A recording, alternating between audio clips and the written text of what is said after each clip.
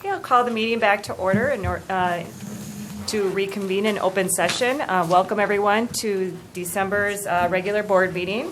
We'll start out with consent agenda items. I had those items, and I would make a recommendation that we approve them. Second. Okay, any discussion? All in favor? Aye. Anyone opposed? Okay.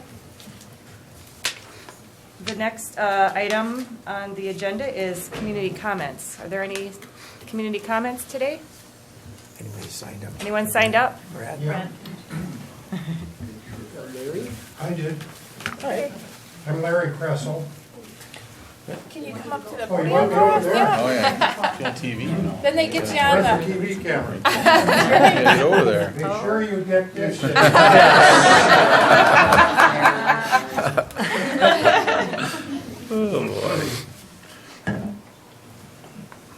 Good evening. I'm Larry Kressel. And there's a lot of concern in the community. There's many, many rumors. I'm sure disinformation. And I think that we as a community that are concerned not only with Amery, but the school district, I think we need some answers on what is going on. Like I say, there's rumors all over.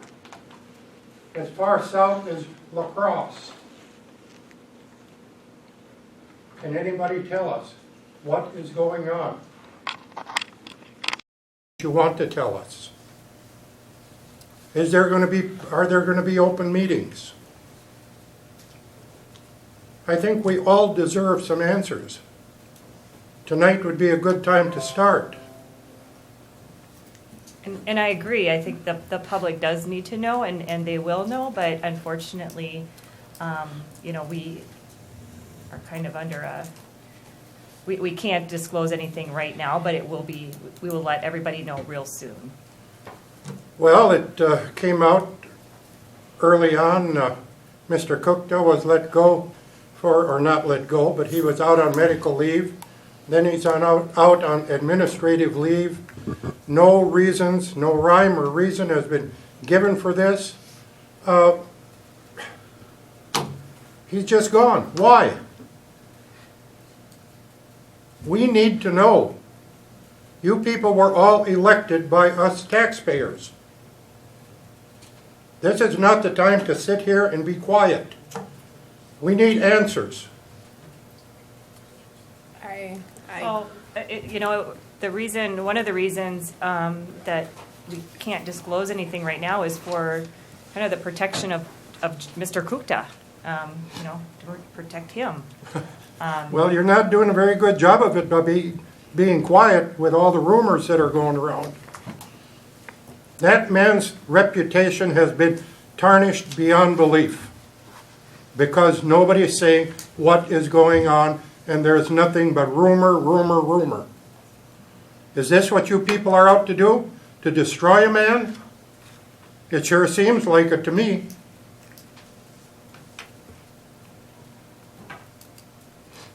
I've heard there's going to be an open meeting. Is that true?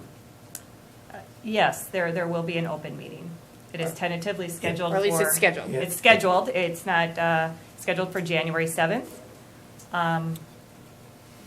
So it's not posted yet because that is subject to change, but I doubt it. I think it's pretty set in stone. It's agreed upon by all the attorneys and the board that it will be January 7th. Okay, well, at least that's something positive for us. Yes, we're trying to get this resolved as soon as possible, and that was the soonest we could arrange it with all the parties involved. Okay, I guess I'm done, but the way this has been handled is atrocious. Like I say, a man's reputation is definitely at stake and definitely tarnished here. And it's by you people right here that have done this. I don't know if it's a vendetta. I know Mr. Anderson resigned about a year ago because he didn't agree with things. He's back on the board. I don't know if that has anything to do with it or not. But answers need to come forth, and soon. This has gone on way, way too long. Okay, I'll shut up now. Thank you. Is there anyone else for community comments?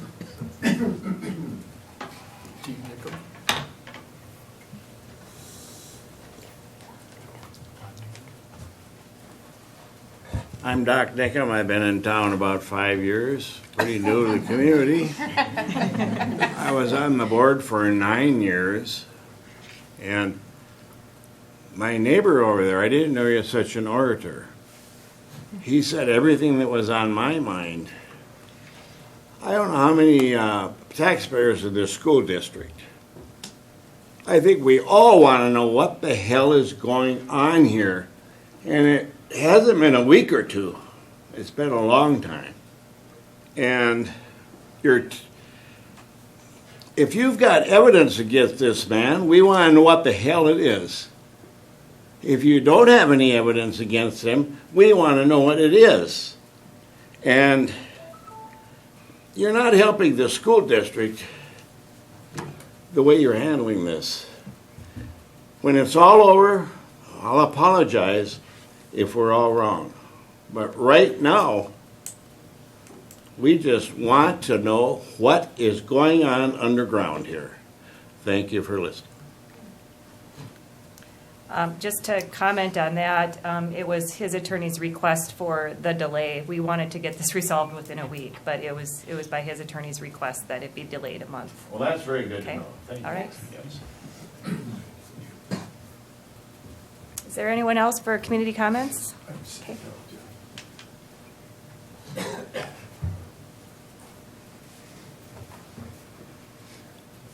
Good evening. I'm Marv Neville. I taught in this school district for over 30 years, and I see some of my former students sitting in the audience and others that I worked with at the time.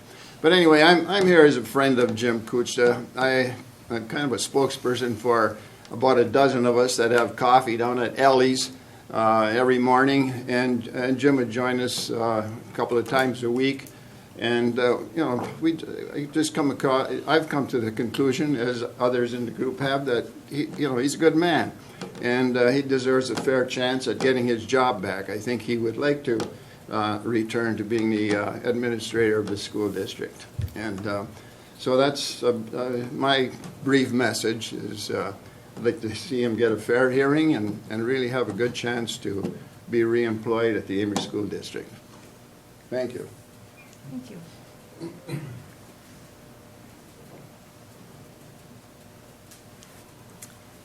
Are there any other community comments?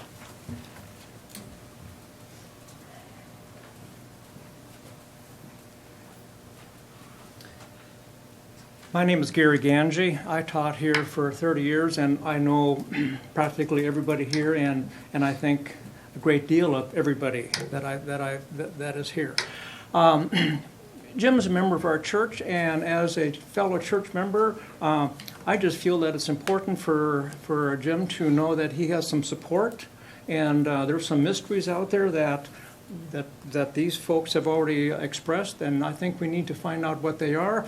A family has been, and perhaps more than one family has been demolished, and I think we need to do everything that we can to piece that back together again. And I'm sure that at some point, the way it sounds, we're going to find out, and I look forward to that. Thank you. Thank you. Thanks.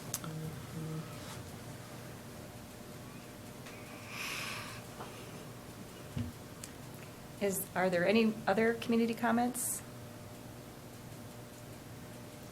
Okay, thank you for those comments, and we will move on to the administrative reports. I guess we'll start with Mr. Dörfler. All right, well, today was day one of 2 days of ACT test prep, if you will. We test for real, if you will, on February 20th. We do a practice test today and tomorrow for all juniors, and then after we are done with that, throughout January and February, we do test prep in each individual session. taught by the individual teachers. Our goal, obviously, is to high watermark our score as much as possible. We've moved the needle here in recent years, and you'll see a little later on our score from last year was in the top 15% of the state. But there's always room for better, so we're shooting to be, I guess, first in the state. And the other item I would like to provide to you, I'll give you perhaps another reminder of this.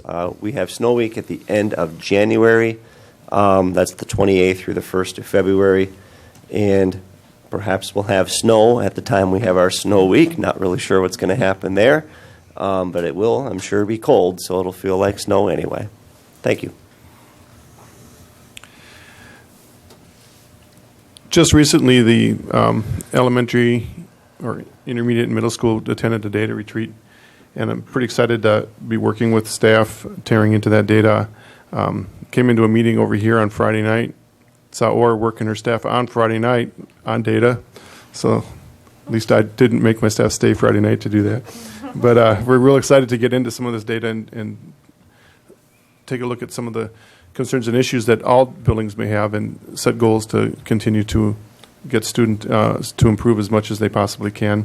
Have some really cool things coming up too. We have Tim Scott that's coming in. I believe it is January 3rd, and he's speaking on the dangers of the Holocaust. But he does a really nice job of talking about how that atrocious event could happen, and he challenges the kids, is there any part of that alive in you and how you look and treat people? And it's the presentation that we've been given in Amery for over 25 years because we feel strongly enough about it.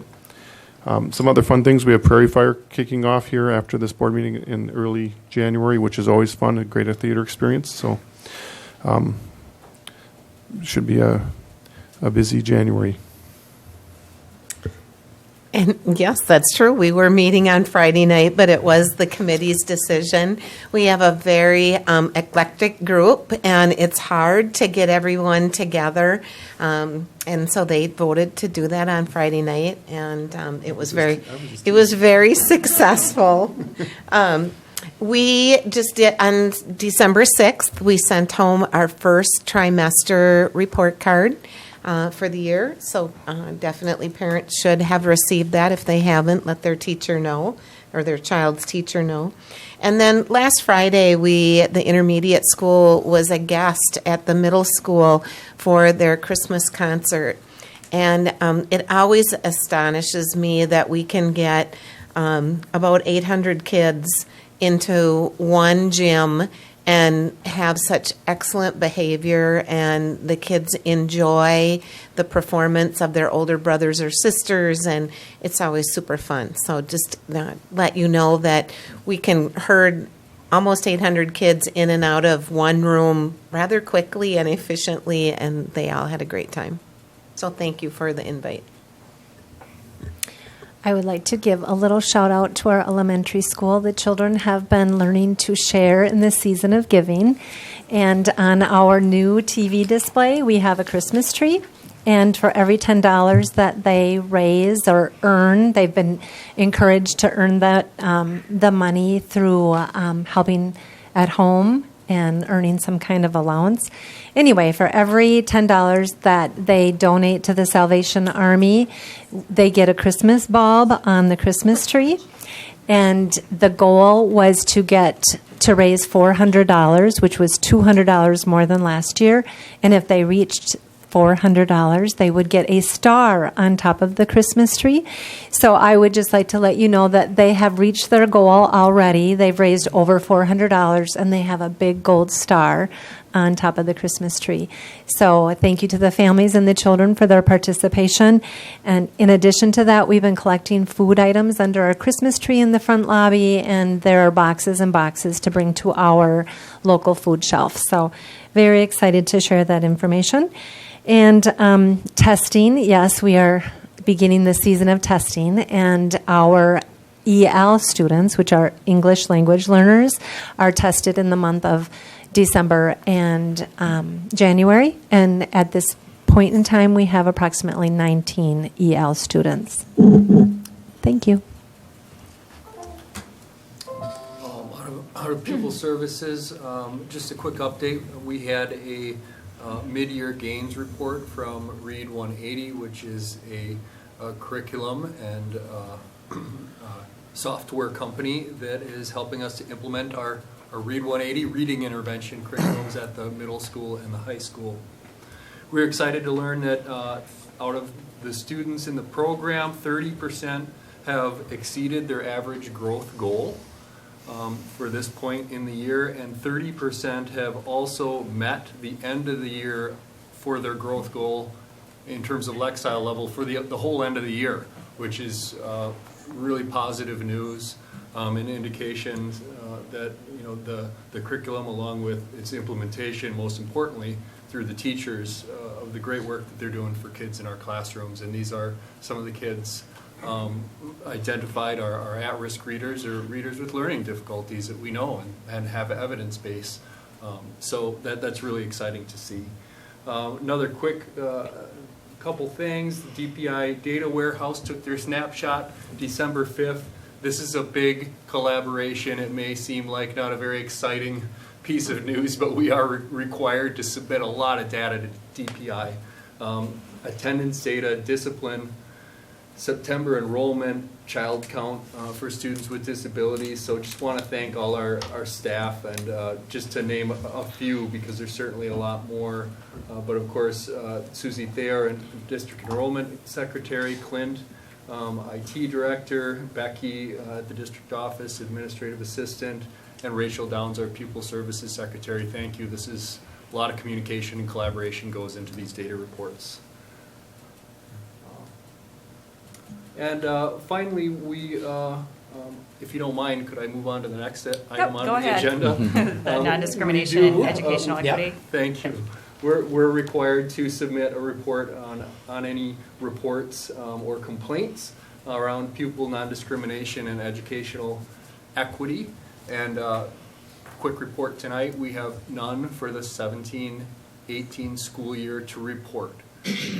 So we'll continue to post our procedure and process for anyone who would wish to file a complaint. That can be found on Director of Pupil Services webpage or our Pupil Services webpage, and as well as on a variety of our staff handbooks and other places as we publicize all our policies and procedures in the Amery School District. That's good, thank you. As for a financial update, Andrew, you have something? Yes, good evening. Just wanted you to make aware of a new state and federal report related to the Every Student Succeeds Act. Basically, what I'm bringing this to the board for is because it's going to, what it does is going to tabulate what we spend per student on a school basis, not as a district. So how much we spend in elementary school, how much we spend in middle school, and so on and so on. Both are federal dollars, local dollars, and also combined for the whole district. And why that's important is you may get some questions because they will compare us to other districts in the area and that type of thing. The report that just came out is based on our budget numbers, and that's not going to be reported out, but after the year end, that's when the solid numbers will come out on expenditures, and then that'll give us a true picture of what we spend on each student in our district at each level. So I'm sure that'll become a hot topic in a year from now, probably. So just make it aware of that. Will that information be available at the January board meeting, or? Not that information. This is just based on the budget, so it's really just our budget. It's kind of a test to get ready for the annual reconciliation at the end of the year. So really to be probably into the next year before you'll get results from that. So, but I want to make you aware now if that's coming. So. Okay, moving on to the informational items. I'm not aware of any legislative updates. Do you have? Yeah, I do have one. As everyone knows, incoming Governor Evers intends to push his fair funding initiative. However, they did have a lame duck session, the legislature did, and passed a lot of bills that limit his power. It's going to make for an interesting new biennium, and we'll just have to pay attention to the funding and what's going to be happening. And it's my responsibility, so I'm excited to see what's going to happen. And I'm pretty optimistic that there's ultimately going to be more on average funding for schools, and I think that's a good thing. So, definitely. I agree. The next item is the Lions Club donations, presented by Mr. Benson, Ms. Schock, and Ms. Meyer.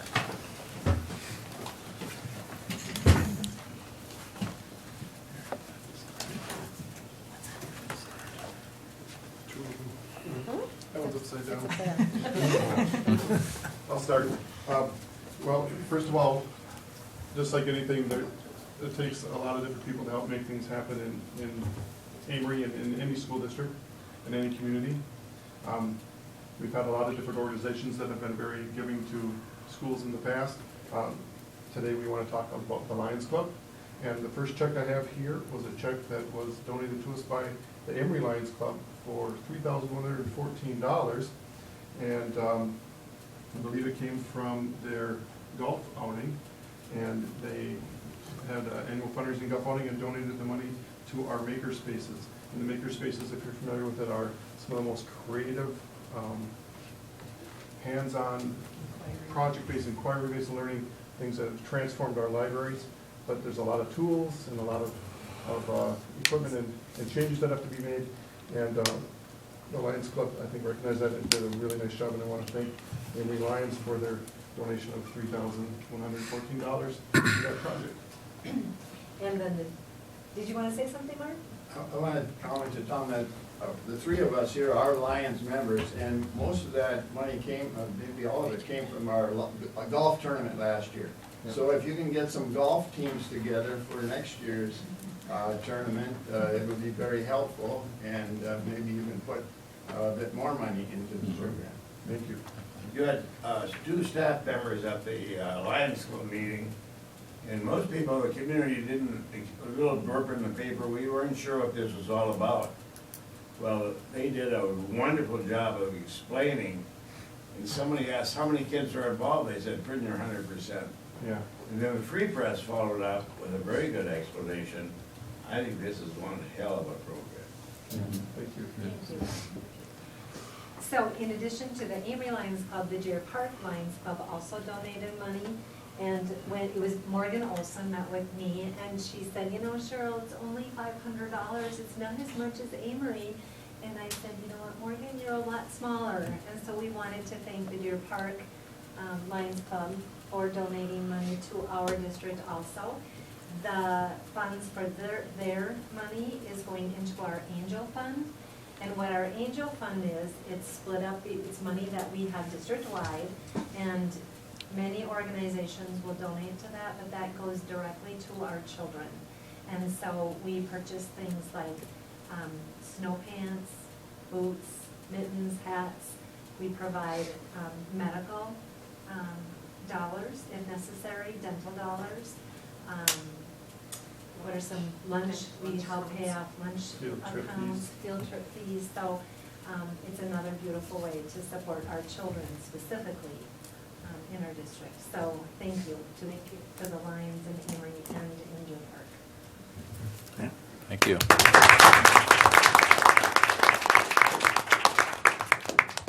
Thanks, Lion Club members, for being so generous and giving, and we appreciate the support of the ongoing commitment that you have to our school district and our children. And it doesn't matter the dollar of the amount on the check, every dollar helps. And I think we all know that. It takes a village, and that's really a great community outreach for us. Thank you so much.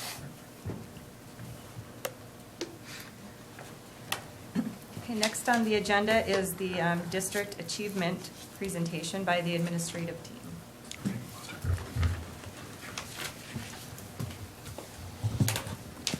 All right, we're going to try to make this go as quickly as possible because it's kind of long. But you're going to see from just about everyone over here. The next slide is going to, or am I supposed to use the clicker? All right. We made a decision that we're going to try and report to you on a lot of different data points, not just what happens with state testing. So you will see a lot about our state assessment data. You'll see a lot about our school report card, which is the DPI's way of summarizing lots of different data points and giving you a school rating. We're going to talk about AP testing, some local assessments, and then also some of the creative programs that come and we are working on that have really made Amery an outstanding place for our students. finally, on the school report card, I think people, when they see the state test data, will understand, okay, our students take the state test in reading, language arts, math, science, social studies, what have you, and understand that's a score. The school report card is a little harder to understand, so we're going to just summarize that once and then show it to you. But when you see a school report card, there's multiple data points.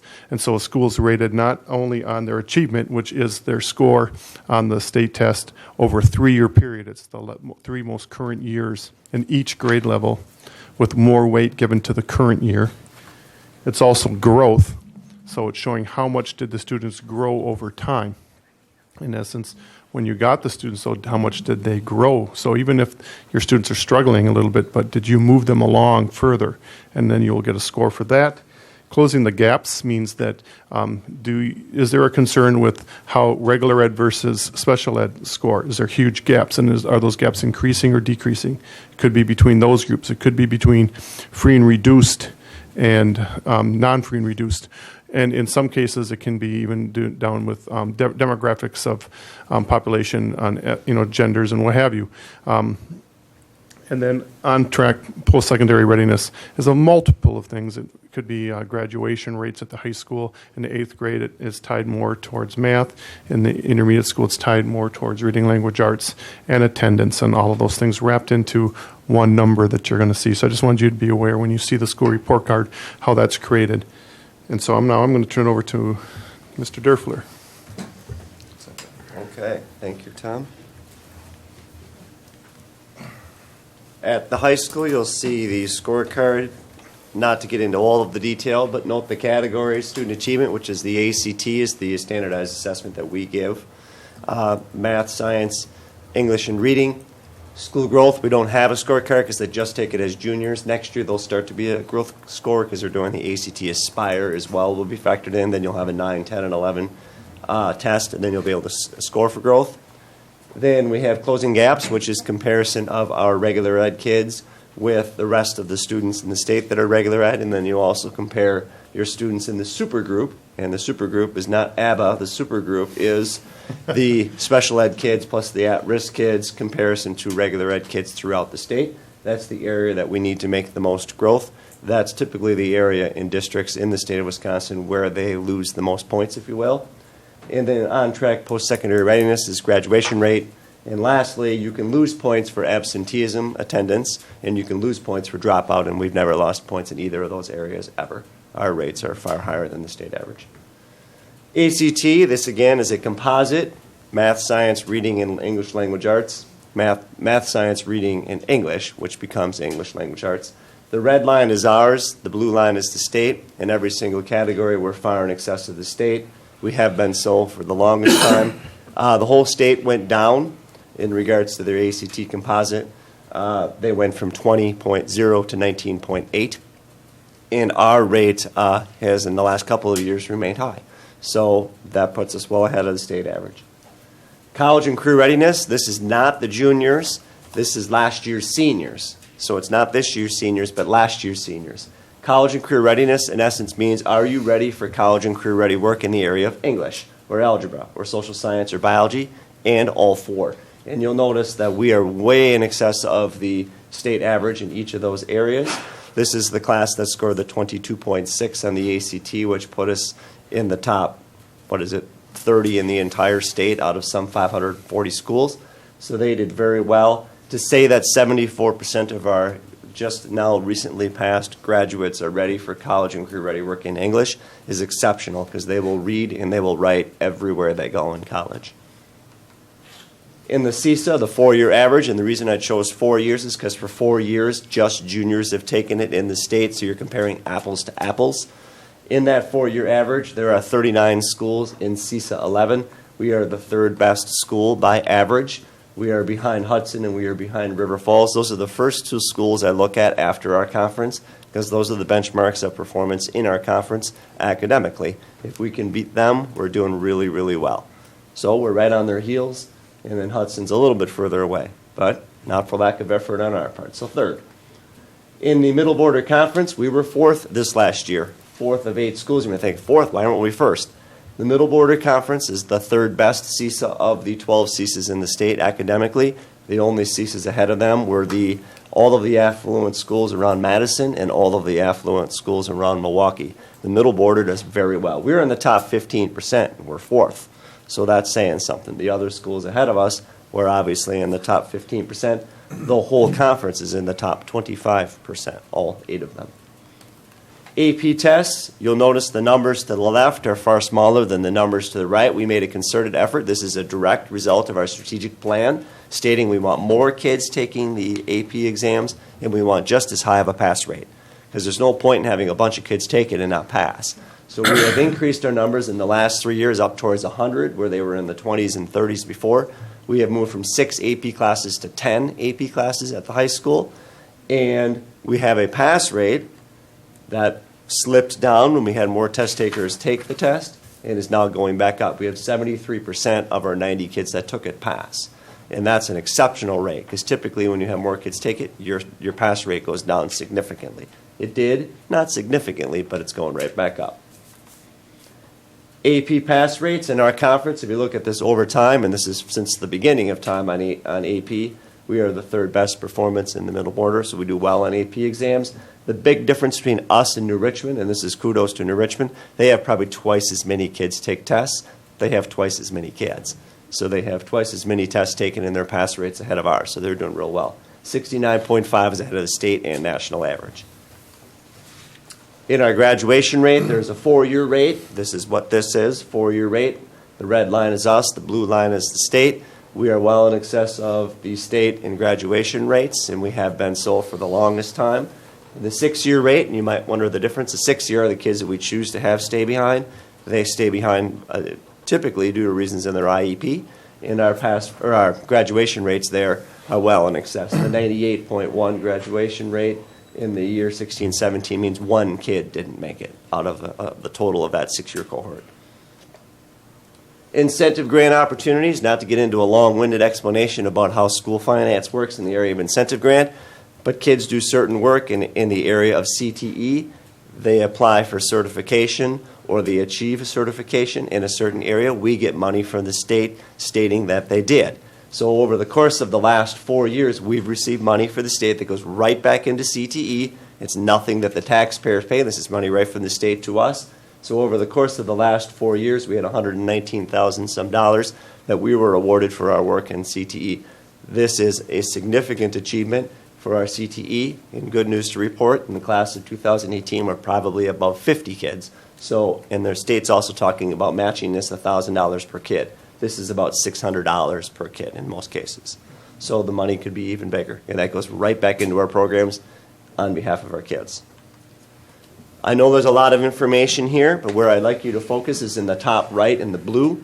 If you have poor eyesight, I will tell you it's the largest blue section. What this is, dual credit offerings, transcripted credit that we offer our kids. They take the classes right here under our instruction, and they take that credit here, and it also counts in their transcript in New Richmond. We have saved our students over the course of the time of this program $65,856. In the CESA, that is first. Nobody's ahead of us, including the largest schools in the CESA, and that would include Hudson and River Falls and Rice Lake.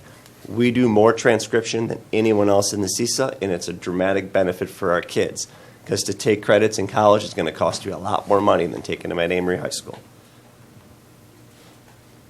So our areas of celebration, our ACT scores in the top 15%, AP scores ahead of state and national average, graduation rates well ahead, youth apprenticeship, incentive grant money doing well, and we're saving our kids money, which I know that they will always be thankful for, even if they don't comprehend how much college really costs.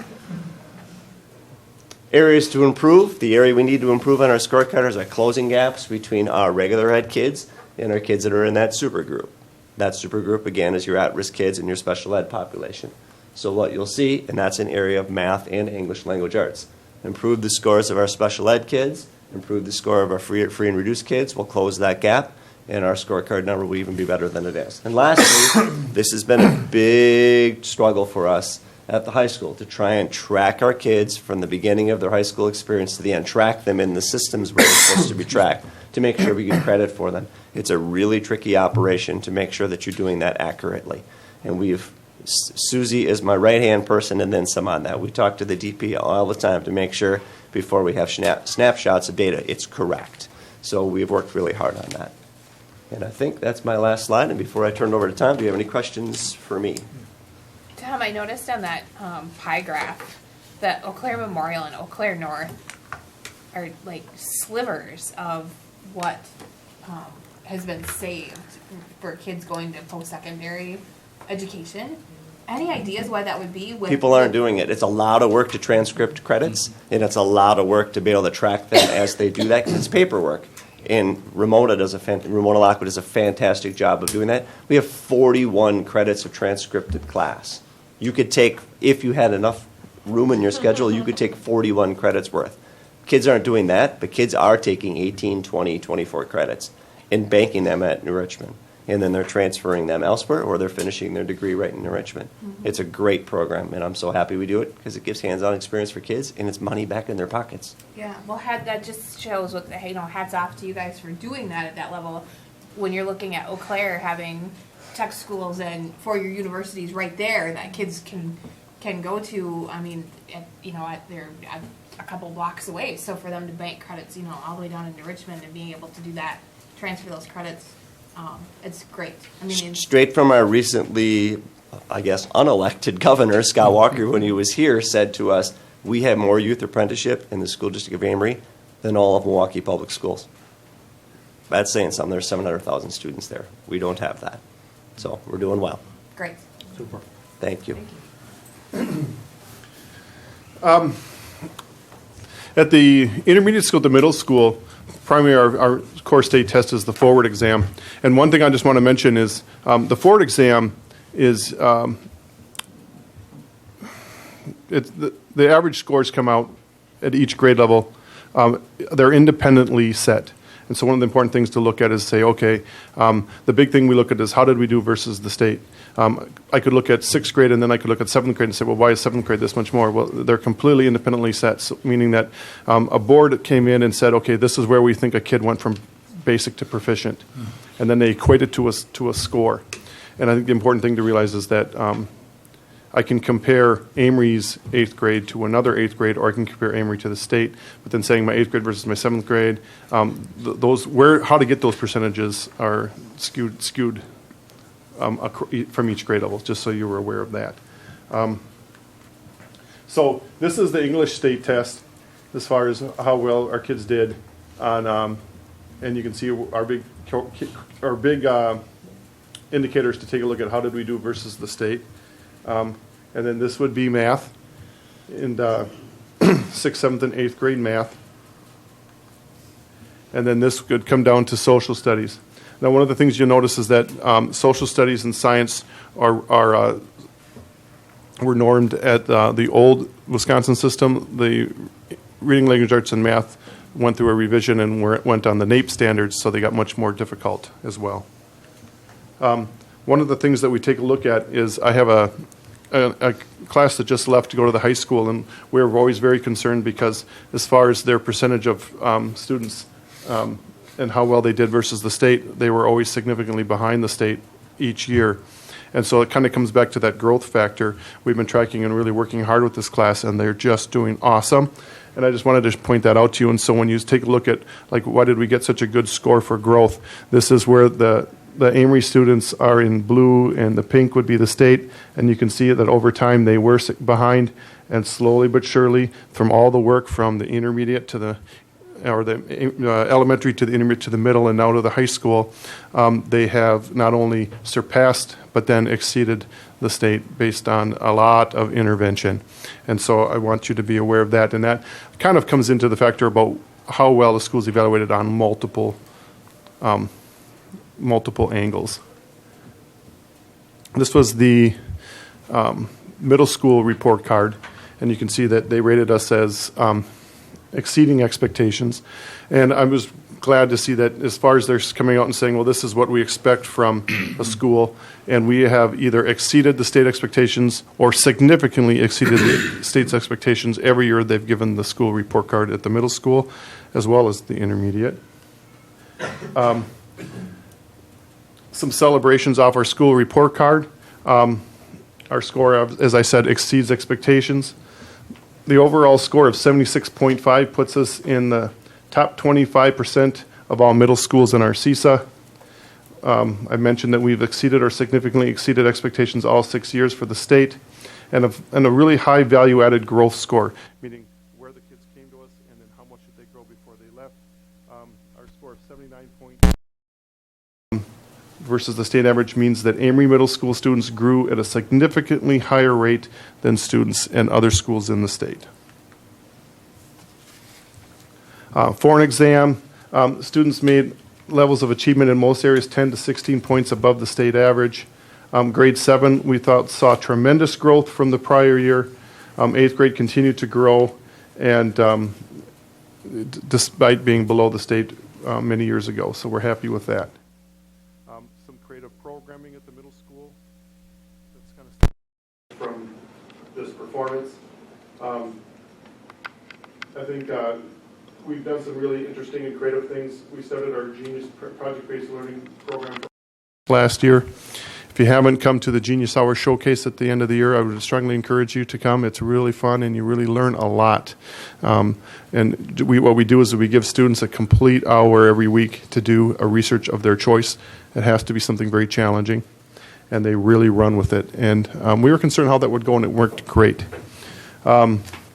A Reconnecting Youth class that we're offering. This is our second year, and basically what we're taking a look at is students that are at risk. We used a research-based program, and we actually pull them in, and we give them 50 minutes of really in-depth curriculum and instruction as they're reconnecting, and we're seeing some good growth out of those students. We rate them not only how they do academically, but their attendance improves, their discipline goes down, their communication, and even their ability when they do make a mistake to discuss it is improved. A lot of creative, gifted, and talented programs throughout the state. Band and music options open to all students.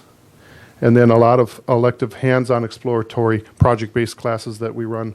Phy-Ed, keyboarding, tech ed, family consumer ed, art, French, and Spanish. At a time when a lot of schools are cutting back on all those programs, we've doubled down and said, no, these are vital. And we're one of the few middle schools that has FFA at the middle school level for our kids. And we run a summer curriculum program to make that happen. Areas in need of improvement, again, just like Mr. Derfler talked about, this is probably the area of an improvement for 90% of the school districts in the state. And it's the gap that's between regular ed kids versus students with disabilities. We need to continue to improve that and try to help those students close that gap. And so, and then forward test, I was a little bit concerned with 6th grade ELA performance. They performed lower than I was expecting them to perform. It's the second year.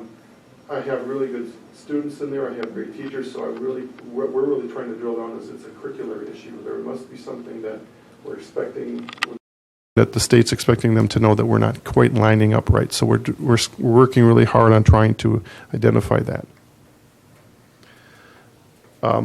Some action steps. We held a data retreat to study our data. We set an improvement goal by the end of 2023, which is a 5-year goal from when we wrote it.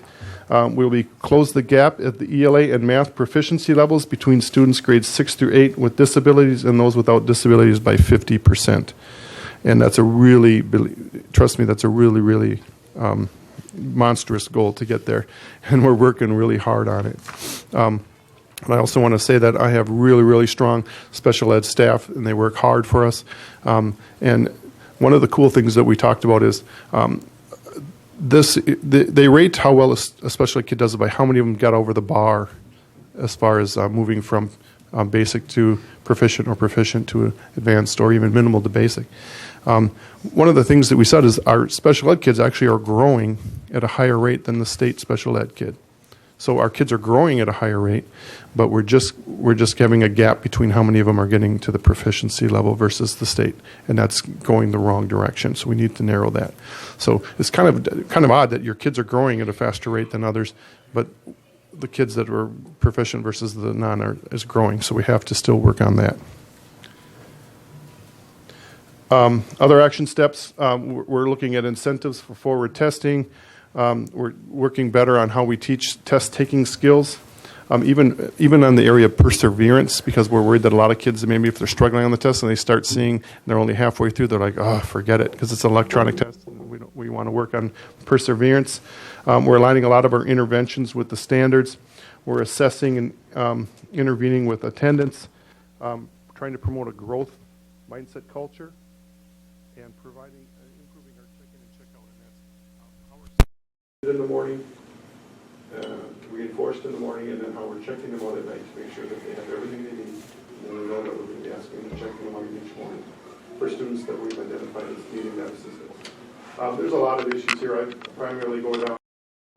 We're really building that goal to address that gap and making sure that we're providing in-service and instruction and support to make that goal improve. I'll turn it over to Ms. Schock. Okay, Amery Intermediate School. And my graphs look much the same as Mr. Benson because we take the same tests. Here is reading language arts for the forward exam for 3rd, 4th, and 5th. Looking at very nice positive numbers there. What we are very proud of in this one is math. At the 3rd grade, if you remember over the last few years, we've had a negative number there.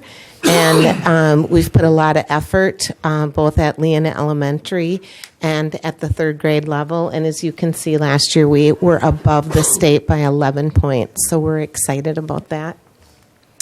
And then social studies and science, we continue to do much better than the state does.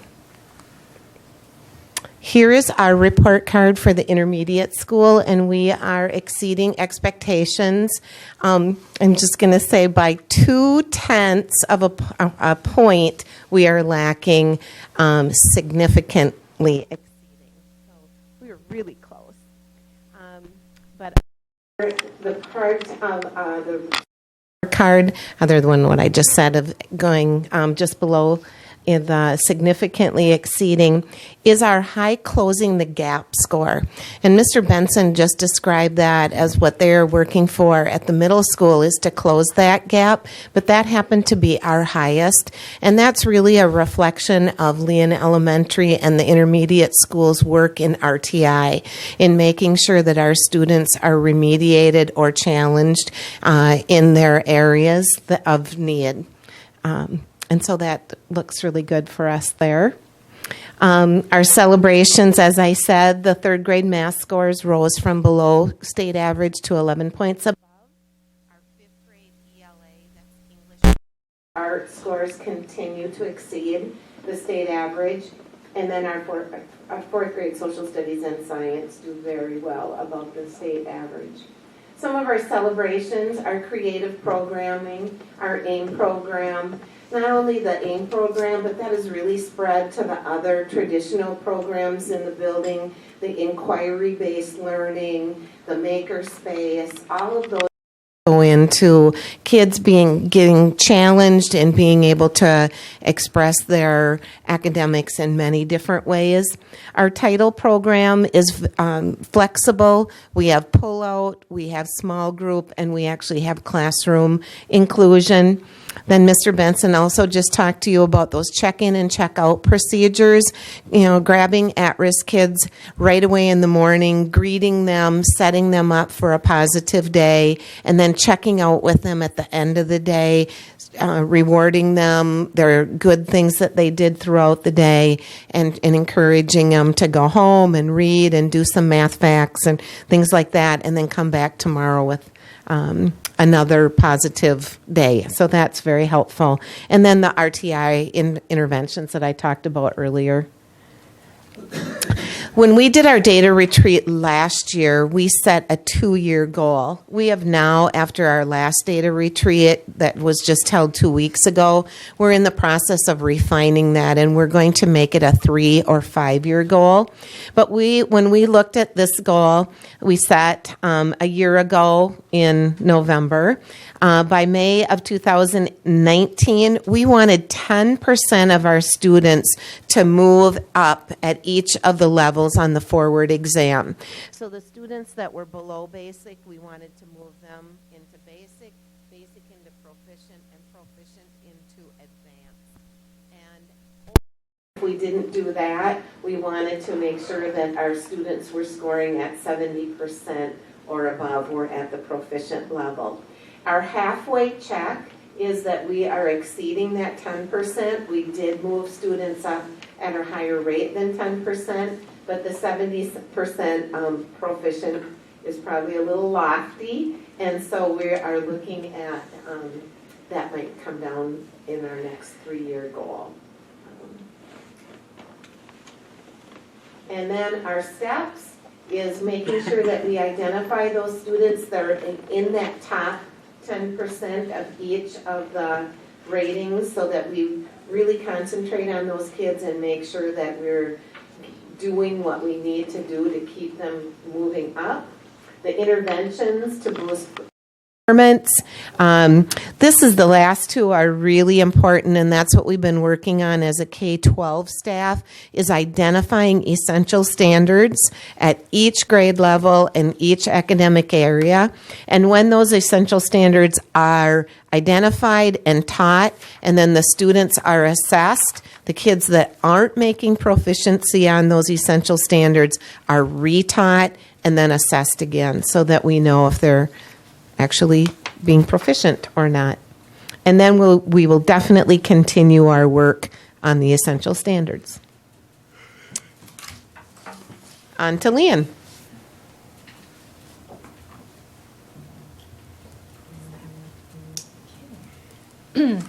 Okay, you've probably heard a lot about the forward exam. What you're going to hear from me is more what we do at the elementary school. We do not test with the state test. It's not, the state doesn't require, I shouldn't say they don't require, the forward doesn't go below third grade.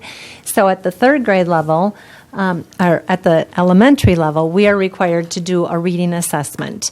I'm sure many of you have heard the saying, from preschool to third grade, students learn to read, so that from fourth grade on, they can read to learn. And so we focus a lot on teaching our children how to read. So this is just the requirement that the state gives of us. And what I'm going to show you this evening is 2 different assessments that we use to measure our students' reading. We use the Ames Web Plus, and I'm going to only explain the first slide, and then we'll go quickly through the other slides because they're all set up the same way. So I'm going to be reporting on the Ames Web Plus, which is a benchmark, nationally based benchmark that we assess our children 3 times a year, fall, winter, and spring. And I'm also going to show you Fountas and Pinnell, which is more of a diagnostic reading assessment. So in kindergarten, down at the bottom, you can see that in the fall, 39.2% of our children fell below the 25th percentile, and 58.8% fell at or above the 25th percentile. In the spring, we had 11.2% of our children fall below the 25th percentile, and 87.8% of our students fall at or above the 25th percentile. Our goal is typically 80% of our children. We want 80% of our children to fall at or above the 25th percentile. So in the lower right-hand corner, you can see that that was an increase of 29% from the fall to the spring. Any questions on that? Because then I'll go quickly through the other slides. So this shows Fountas and Pinnell. Again, Fountas and Pinnell is a diagnostic reading assessment, and this one is more subjective, but it actually helps our students or our teachers meet the needs of our kids more because it is very diagnostic. It measures phonemic awareness, phonics, vocabulary, reading fluency, and reading comprehension. And again, you can see in kindergarten, our kindergarten children typically learn the skills associated with reading. And so at the end, 22% of them, there was an increase from fall to spring. This is our first grade Ames Web, and we had an increase from fall to spring of 7.9%, but you can see that we're at 60.8% at or above the 25th percentile. Every year, we are working with that because our students are taking the skills that they develop in kindergarten and they use them to start putting it into reading fluently and being able to comprehend. And I'm gonna share a data point with you when I get to second grade that will show you that typically our first graders are lower, but by second grade they make up they make it up. So this is Fountas and Pinnell in first grade. So there was an increase from fall to spring of 20%. Second grade reading. So back on the first grade, well, that's not what I want to say. So our first graders, because we monitor this very carefully, and they are falling below the 80th percentile, our first grade students in our 16-17 school year at first grade, there were 63.7% at or above the 25th percentile. This is the same children in second grade, and they are 81.6% above the 25th percentile. So I wanted to point that out to you, that we do monitor that and look at a lot of data to make sure that our kids are continuing to learn. This is Fountas and Pinnell at second grade, 14% increase. And then we go into math. And as Ms. Schock said, our math scores have increased over the years, and we're really happy with that. We've done a lot of different interventions at the elementary school to try to beef up our student performance. So kindergarten went from 65.4% at or above to 93.4%. First grade went from 71.3% to 86.3%. And second grade went from 76% to 88.9% at or above the 25th percentile. Our academic celebrations in grades K1 and 2, we increased the percent of students scoring above the 25th percentile. In kindergarten and second grade, we exceeded the goal of 80% or more above the 80th percentile. In math, we increased the percentage of students scoring above the 25th percentile. And in grades K through 2, we well exceeded our goal of 80% or more scoring above the 25th percentile. So you can see that in Amery, we take data pretty seriously. We use it for instructional purposes, and we just don't take tests and put those numbers away. We really focus on them and make sure that we're using them to help intervene with our children and help them be successful. So celebrations that we have, the other administrators all talked about the data retreat that we did in 2017. We also participated in one in early December, and those are very valuable in helping us set goals. We, the support and expansion of innovative programming, which is part of our strategic plan, Innovate, Lead, and Succeed, our lower elementary school, we expanded that to the second grade. Implementation of a new 4K orientation format, our Welcome to 4K. What we're very proud about with this is that we had 97% attendance of our 4K families attend that open house. So we had 108 out of 111 that were registered at that time. So that new format was really wonderful, and a lot of work went into that. Continued implementation of PBIS Tier 1 and Tier 2, including database decision-making. And Ms. Schock and Mr. Benson both talked about the check-in, check-out, which is just an amazing intervention program that we do with our children that need extra support, a little bit more extra TLC. And then in preschool, we adopted a new assessment tool called My Teaching Strategies Gold, which is an observational system that is very developmentally appropriate for our 4K families.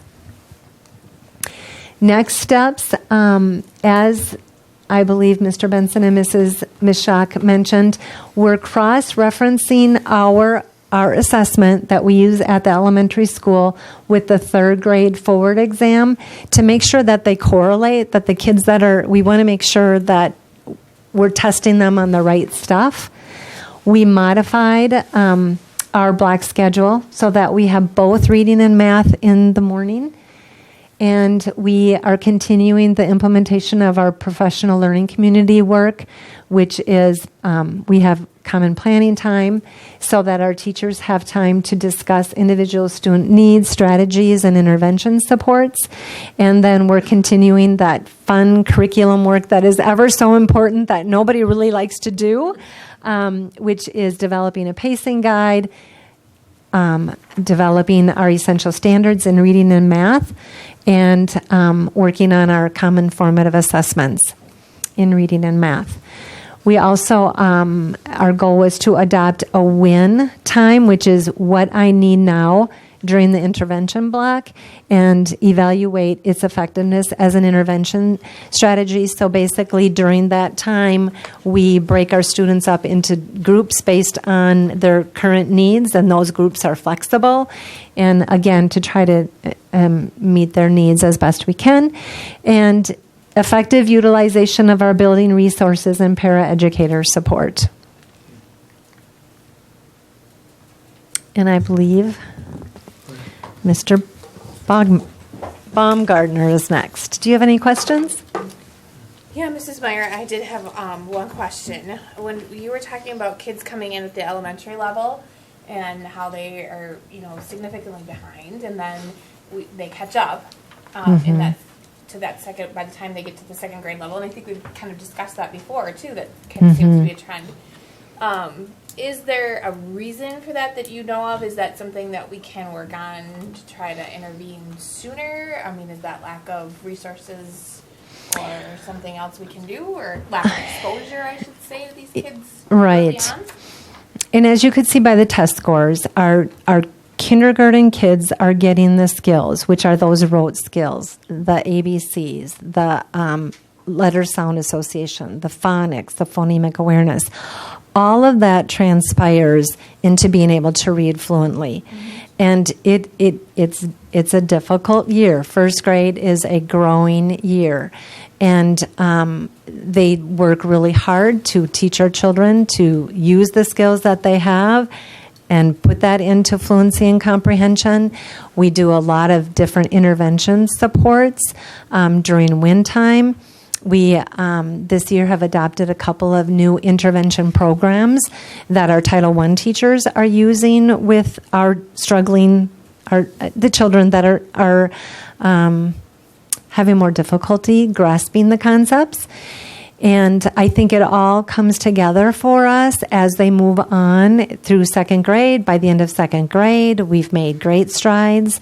And obviously, by the results of the third grade reading assessment, the intermediate school score is very much an elementary score too. Good, bad, or indifferent. This year it worked out really great. There's years that, we have to work a little bit harder, but I would say it's not for lack of trying. It's not for lack of research that we do, and certainly the teachers are putting their heart and soul see every day. Yeah. That wasn't my No, question, it's a but very good earlier question. than kindergarten is that, because clearly they're making great strides from kindergarten to second grade, but I was wondering if there was a gap that between us and the rest of the state that's going on before they get into that kindergarten years. So is there something that we should be able to do before it falls on our teachers to have The other thing that we've done is we've changed our preschool program to be more developmentally appropriate. It's very play-based. A lot of research states that if children aren't socially and emotionally healthy, that it impacts their future learning curve. And so we have worked really hard on that, and hopefully we'll see some of the benefits of that. We have, children coming from all phases of our community, and when they enter into the the school district. There are children in 4K even that are very strong in their literacy and their phonics and phonemic awareness. And then there are children that have never been exposed. And so but beyond the academics, it's also that social piece that we really are focusing on because we see a great need for that. So our curriculum is very play-based, and we worked with a consultant to make it that way, and so we hope to see the fruits of our labor. Thank you, though, for your questions.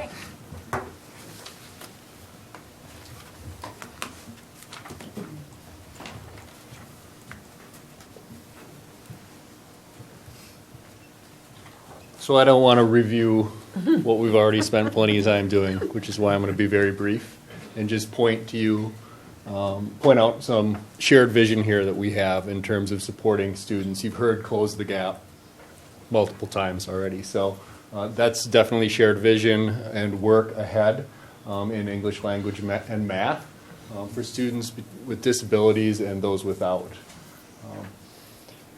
Increasing access to general education through inclusive practices. What are inclusive practices? School climate, a commitment to belongingness, making sure that we have high expectations for all students, regardless of their disability status, their learning challenges, their social emotional readiness, demographics, economically. Those are the things that there's always, again, we've heard growth mindset. There's always room to grow in those areas with those expectations for students. Then adjusting instruction, focus on accommodations and modifications, differentiated instruction, because what we know is that students that have learning challenges and disabilities oftentimes need information presented in another way. They often need flexibility to show what they do know, and teachers oftentimes have the skills. They may need just a little more professional development and communication and collaboration with special education teachers and other experts to really support those students. And finally, you've heard throughout tonight some of the ways that the Amery School District is adjusting and looking at their structures to support this closing the gap goal. That means looking at staffing models, looking at their inclusive systems of intervention, so intervention time that we have happening at the elementary and intermediate school, as well as co-teaching that we have in a couple schools, and supported teaching where we have teachers, general ed teachers and special ed teachers, sharing the goal of moving learning forward for those students with the greatest difficulties. Thank you. Thanks. At this point, I think everyone's glossed over. Just real quick, I was going to show you one point of that, though. Oh, You jumped out. scorecard. Yeah. You said glassed over. Was it? Glassed over. I know. I'm sorry. One of the things, though, is that we're required to present this at the school board and to touch them. But just those last, I think, the last three. So you see, the last one is the school report card, district-wide. So that's a summary of all of our buildings. And I don't know if I can. Sorry. Well, we'll start all over again. We're on the right slide. You want to leave it there. That's good enough. Right there. So basically, the school report card, again, showed that the school district exceeds expectations. A little bit, our overall rating put us at the top 35% of our CISA, which is, as Mr. Diffler showed, is one of the highest performing areas. You know, our conference right here around the Stillwater, Hudson, and the growth coming out of the Twin Cities is one of the highest performing school districts in the state, so we're really proud of that. Our achievement score district-wide was the 7th highest in our CISA in the top 20% of the state. But that most important score to me is that growth score, 5th highest in our CISA, and puts us in the top 12% of our state. And really, if you rest anything on that, is that when kids come to Amery, no matter where they're at, they're growing academically, emotionally, at a much faster rate than other districts. All right, and then I think finally you're going to see a form like this, and all this, the board. I think you presented this. This will be available in the district office in all of in all of the schools, also on our website, and is going to be emailed out to parents. And it has all of the data that you probably are going to want to be aware of, everything that we just talked about, all of the assessment scores from AP and ACT and Forward. But even more important, it talks about a lot of the great things that we're doing, from one-to-one technology for every student, participation in the lower class size K-3, more dual college credits than any other high school in Northwest Wisconsin, all of the AP courses that Mr. Derfler talked about, our 57-acre school forest.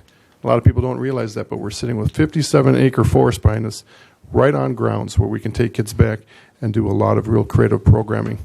Down to our traditional programming, our Montessori classrooms, our project-based AIM classrooms, our CREATE classrooms, our CTE academies, building and housing constructions, on down to ag and business, and then even our clubhouse, our daycare program. And I think I'm real proud district-wide to know that there's a lot of school districts coming over and asking, how are you doing this? How are you doing this? We're doing it all, and we're providing all kinds of options for parents and students, so that people can kind of choose, this is how my son or daughter learns best, and we're going to try and find a system that works for them. So, you know, success comes from a lot of different ways, but I think this document, and I want to thank Tracy Hendrickson for putting it together with the admin team, really does a nice job summarizing what's going on in Amery District. So I strongly encourage you to take a look at it. Yep.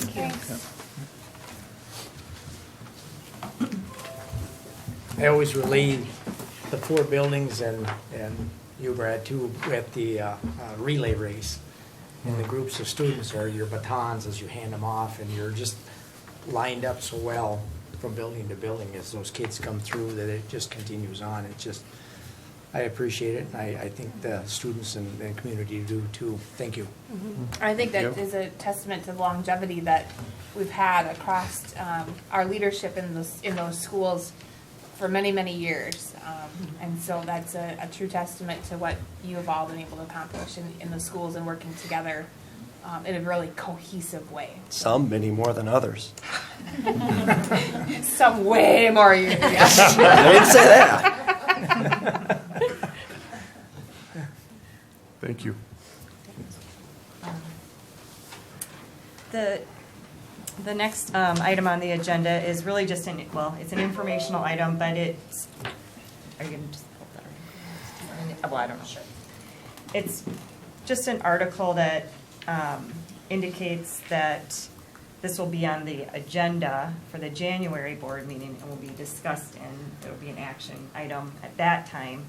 But the board needs to discuss and vote on whether it intends to limit the number of open enrollment spaces available for the school. So I don't know if anyone has anything to say about that, but otherwise I'll move on to the next one.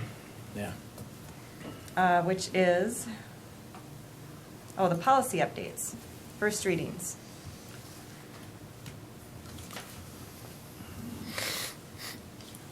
Okay, we talked about this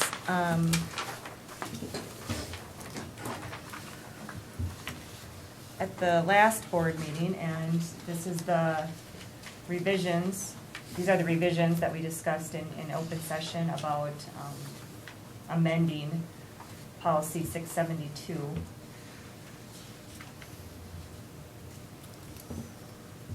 And this is just a draft, and I just want to pull it up for board discussion to see if this is, I don't know, it's reflective of what we discussed. So how does this affect, emergency, like it talks about repairs? How does this affect things that, that come up that are emergencies or things that need a decision sooner than could be brought to the board at a regular meeting? This is just for like bidding. I don't think it does not cover emergency type situations. Most of that is built into the budget. And George has the budgeted amount for necessary to do those heat pumps or whatever, water heaters that go bad. done. Yeah. So these things are different than A what's budgeted. specifically in the budget? Yep, through buildings and grounds, yep.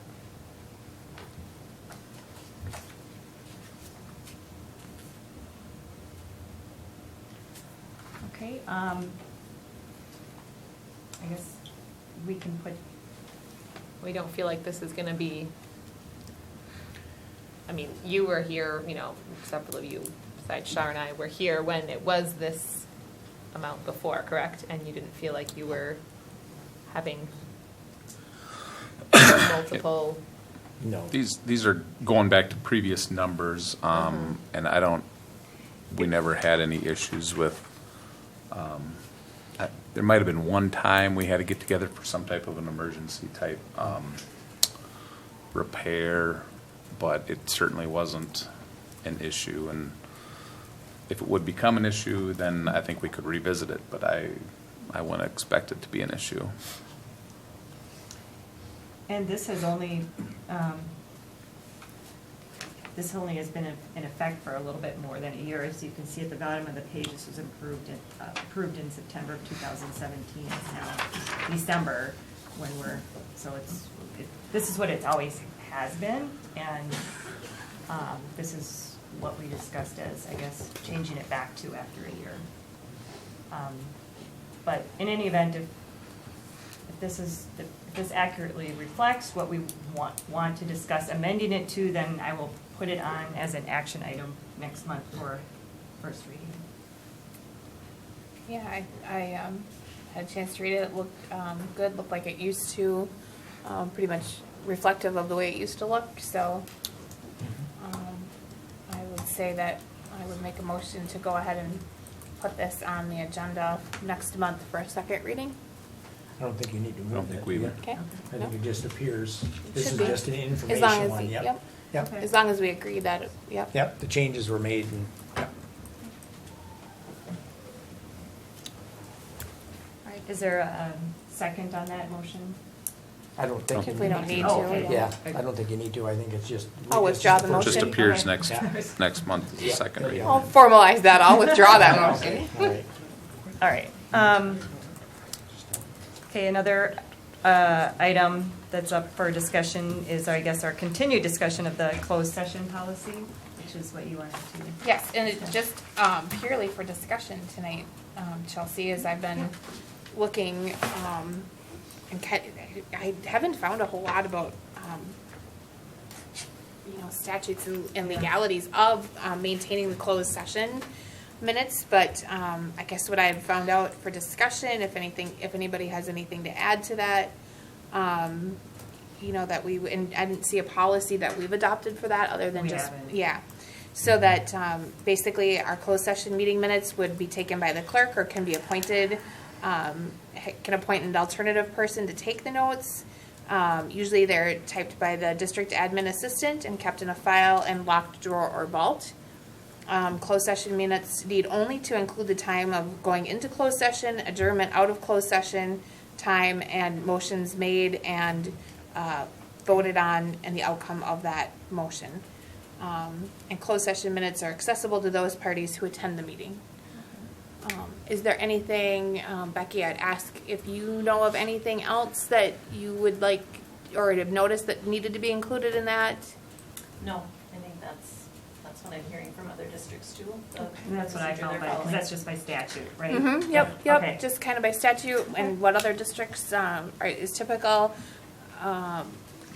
Cities and town boards, those are held to a little bit different standard than, those public entities are held to a little different standard than school districts. So I would just like to put it out there that I'll just correspond with you via email and have language typed up and ready to go on the agenda for January for maybe a first reading if we have that, Yeah. if that's available. Sure. Okay. All right. Anybody else have anything to add Working to on that? it. Sounds Okay. good. All right, and then the next one was the staff cell phone policy, and Erin, you looked into that one, right? right. And my question was whether or not it needs to be a policy or whether we just need to modify the handbooks, both the certified staff handbook and the support staff handbook. The policy currently states that cell phones are not allowed to be used during the school day. And I don't think that that's an accurate reflection of what our teachers are doing now. And so that was my suggestion. We looked at some policies that other districts have, but I don't know again if it needs to be a policy or it just needs to modify the handbook. So my suggestion for modifying the handbook was just to state that that staff may possess and use cell phones appropriately, responsibly, professionally. They may not interfere with their employment responsibilities or instructional time of students. So that was kind of my suggestion, and I guess, you know, I kind of would like to know, and maybe you as building principals could give us some feedback, but are they using, because I know that a lot of teachers are using things like Remind and Seesaw and Class Dojo and those kinds of apps during the day to communicate with families and to record students' you know, projects or different activities that they're doing. And so I don't want it to be something that they're legally not supposed to be doing according to the handbook. So are they using their cell phones? Are they using more of a school laptop to record those things and post those things? I don't know if you have any feedback. I think they're using a little bit of both, but you know, when the expectation came out, it was we just didn't want staff, you know, out calling someone. But Right. what a phone was is very different now, because now, you know, for instance, a lot of our staff are keeping their calendars on there, so they're lining up meetings and things, so they have to do that. Or we have some of them that are totally directing it off of it. So, but I don't think that we see anyone that's using their phone for personal purposes when they're supposed to be with kids and things. I don't know if anyone else wants to touch on it. But. I know that like the elementary handbook says that it can only be used for professional business, that their personal cell phone, that it should be off during the day. But there are teachers that do use it, like you said, for Seesaw and all those other communication programs. So between their cell phone and their laptops, you know, they're very respectful of how to use their tool in a professional manner. So do you think something like that, where it's just stated that they may possess and use them, but they need to be used, you know, professionally, responsibly, and not interfere with that instructional time, would be. I think it sounds like Well, a good handbook. I mean, yeah, it's already in the handbook. Right, I just think we need to We change the just handbook change to the handbook. modify Not what like we need is to create a currently policy. happening. Yeah. There is already a policy created though, right? No. Don't have. No- we no don't policy. specifically But it's have in a the policy. handbook. It's just in the handbook. Just in the handbook. So No. it sounds like we just Yeah. keep it in the Like a handbook. handbook Change the update. handbook. Yeah. The handbooks are reviewed, I believe, every spring? April, I think. Every Get a April, committee. so Okay, we Yeah. can just, I mean, include that when we. the current version isn't, you know, being enforced, I don't think. All right. Sounds good. So we have a few. So the action items, Mr. Dorfler with the early graduation requests. I'm here this evening on behalf of 10 2019 seniors that are interested in early graduating, meaning they would be here through Friday, January 18th, which would have them here through our pupil count in the month of January, so they would count for state aid purposes. If they meet the academic criteria to be able to graduate, they've gone through all the proper channels, I would recommend that you approve the early graduation request for these students. I make a motion that we approve the early graduation requests. Second. All in Thank you. favor? Aye. Anyone opposed? Now I'll say Graduation thank you. Requests for the students are approved. Okay. Thank you. The next.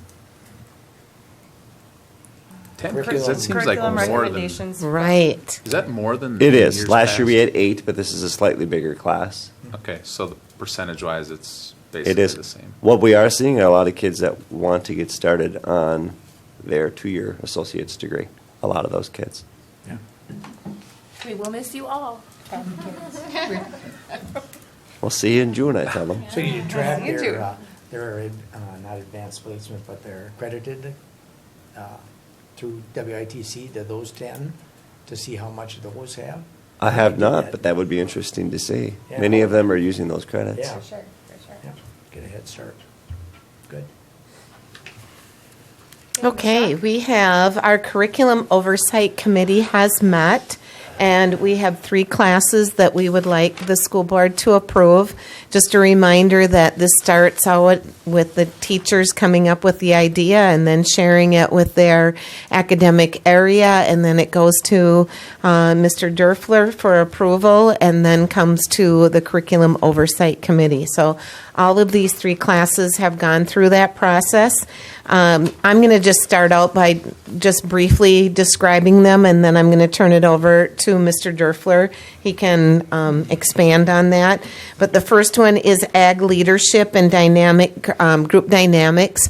And Mr. Meyer is asking for a credits for, actually it's a half a credit for students that are meeting in the morning. And these are the kids that practice for creed and parliamentary procedure and many of those things that they're actually doing, I think, even Sunday nights in Mr. Meyer's house. But they have been meeting and will meet from 7:15 to 7:50 in the morning before school. And so it would be called a 0 hour, much like jazz band, and you've got some other. We have a 0 hour weight training class. A weight training. So he's asking for that. And then there is a computer science class, and it would be AP, and it is for coding.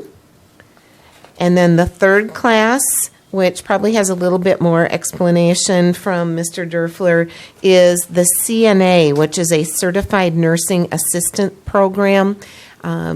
We really see a benefit of providing that for our students, but it does come with a cost. So I'm going to turn that over. Well, let me step back to Ag Leadership. They're already doing. We're simply creating a class out of which has been done for the better part of 20 years here, if not far longer. I saw at one point, I think Gary was involved in that for the years he was here.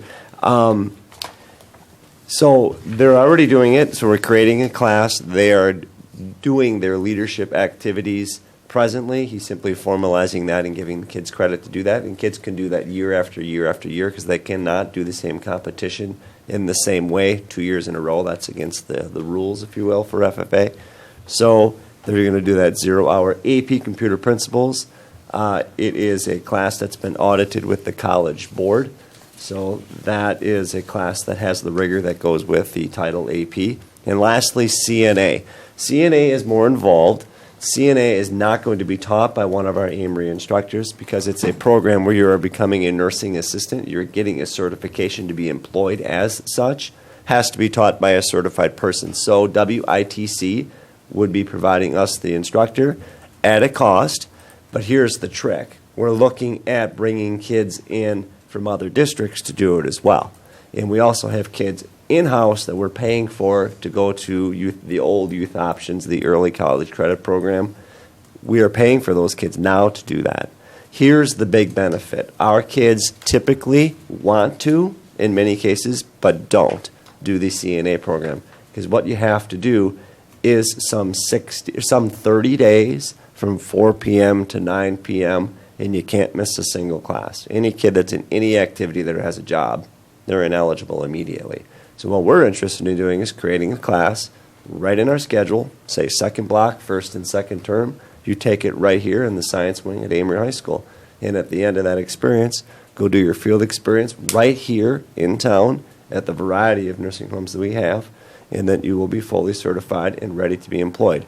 In addition to that, we want to make partnerships with the hospital to go ahead and have them help us get this program up and running because there's a financial cost to the facility itself. The big roadblock between making this a reality is upgrading our science rooms to make sure that they are up to code with what CNA needs to be. It's a very rigorous, specific list of things you have to have. So that's the point at which we are in the process. We're probably not going to be able to do CNA for next year because we would have to upgrade our science facilities before then, but we're hopeful we could do that the year after. But we wanted to get it on the books, and we're going to ask our kids, would you take it if it was in the schedule? And I bet we're going to have some 20, 25 kids that want it. And So- to be clear, Mr. Deerfler, we have money built into the referendum money, correct, to upgrade science labs? That would be above my pay grade to answer that question. On our strategic plan, right? I mean, as a board, do we? I met with It's George been on our- and Jim at that time and went through the high school science rooms and just looked at them and that, and it's just really in the rough planning stage, and that was. Sure, any science Yeah. facility upgrade is going to come with it, a price, clearly. So if this class is approved, it doesn't mean it's gonna happen, Right. correct? It does Like, not. I mean, It's simply beyond the dependent books. on a lot of Yes, the upgrades. sure. Facilities. It gives us the opportunity to ask the ask. question we Yes. really want to know. Would you take it? That's what we did with Zero Hour, and we had I think it was 27 kids said, yeah, we're interested. Okay, great. And there's a lot of classes on the books that are run maybe every other year, depending on Sure. enrollment. There are some that we have that we can't run because we don't have enough at that time, but then maybe the next year. So it's just getting it ready to go. And when you talk about partnerships, are you looking for partnerships to make the facility upgrade, or more to pay for the instructor? Well, we want to do a facilities upgrade, but we want to partner with the hospital to do that, and we've already started that dialogue. But the benefit to the hospital is this: they would be, in essence, preparing their own students to hire after the fact, as in they would help us educate them, and then at that point, they could be eligible employees to work there. They have to be 18 in order for that to occur, but at least they would know who they are and they had a part in that process. And perhaps they go off and get degrees and come back and work at the hospital. Because our goal is here, I think, as a district, to grow our own employees and right here in this town and have them work here and raise families here. I mean, that's the goal. So, and they need to be 18 at the hospital, but they don't need to be 18 to work at the different nursing homes. No, they correct? don't. No, they don't. Be younger than And there's a heavy need, a very heavy need. Very much. Do we have any enrolled right now? Enrolled in CNA. Yeah. There is not a CNA running right now, a class running, but we always have a few. But again, the big deterrent, 4 to 9, and further, 4 to 9 is not the safest time frame at any time of year. You're driving home from New Richmond at 9 o'clock at night after a long day, you're tired, and there's 17-year-old kids on the road. So doing it right during second block makes a lot more sense to me. A lot of the institutions are paying big sign-on bonuses too, or helping them pay for that first licensing cost because they need to get people. So the need is huge. And that class would run like a semester long? It would be a year long? semester. To meet the number of hours, it'd have to be a semester. Okay. Make a motion that we approve the requested classes, is that what this is? The All three requested- curriculum yes, all three recommendations? curriculum recommendation, thank you. I'll second that. Okay, is there any other discussion or questions? Okay, all in favor, say aye. Aye. Anyone opposed?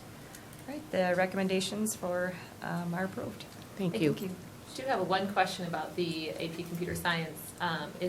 Do you already have a teacher in mind? And There's Yes. only one person that can teach it. The only person with the certification in coding is Paula Stevens. Okay.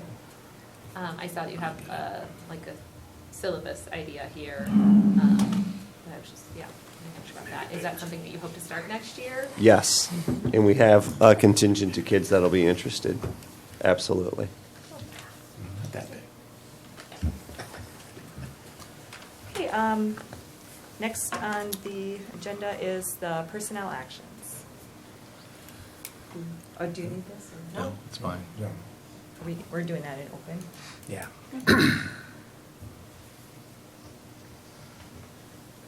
And move to approve resignations and offer contracts to the new employees. I know. It logged my, It's okay. okay. It kicked me off the internet a little while ago too. It seems like looks like that's what it's doing to you. Okay, is there a second on that motion for Second. personnel? Okay. All in favor? Aye. Okay, anyone opposed? Okay, the terminations and trying to get resignations, it up I'm here, sorry, right? the Somebody resignations and the new employees are, Somebody getting it up here so they can see it? I can't get it to open. Well, it's funny. Resignations read would them. be You want to Tammy just read Markland. it? Yeah. Okay. Resignations would be Tammy Markland from food service, Flint Karras as our boys soccer varsity coach, and then our new employee and athletic contracts that we were offering is Kelsey Bussey, 7th grade girls basketball coach, and Patricia Johnson is a special education para-educator. All right, now I'll take a motion for closed session to consider employment, promotion, compensation, or performance evaluation data of any public employee over which the governmental body has jurisdiction or exercises responsibility in order to take personnel action, and to confer with legal counsel for the government body who is rendering oral or written advice concerning strategy to be adopted by the body with respect to litigation in which it is or is likely to become involved pursuant to Wisconsin statutes 1985 sub 1 sub C and 1985 sub 1 sub G. I so move with a 5-minute recess in between open and closed session and to reconvene after 5 minutes. Second. Okay, roll call. Erin? Yes. Shar? Yes. Dale? Yes. Yes. Keith? Yes. All right, we will take a 5-minute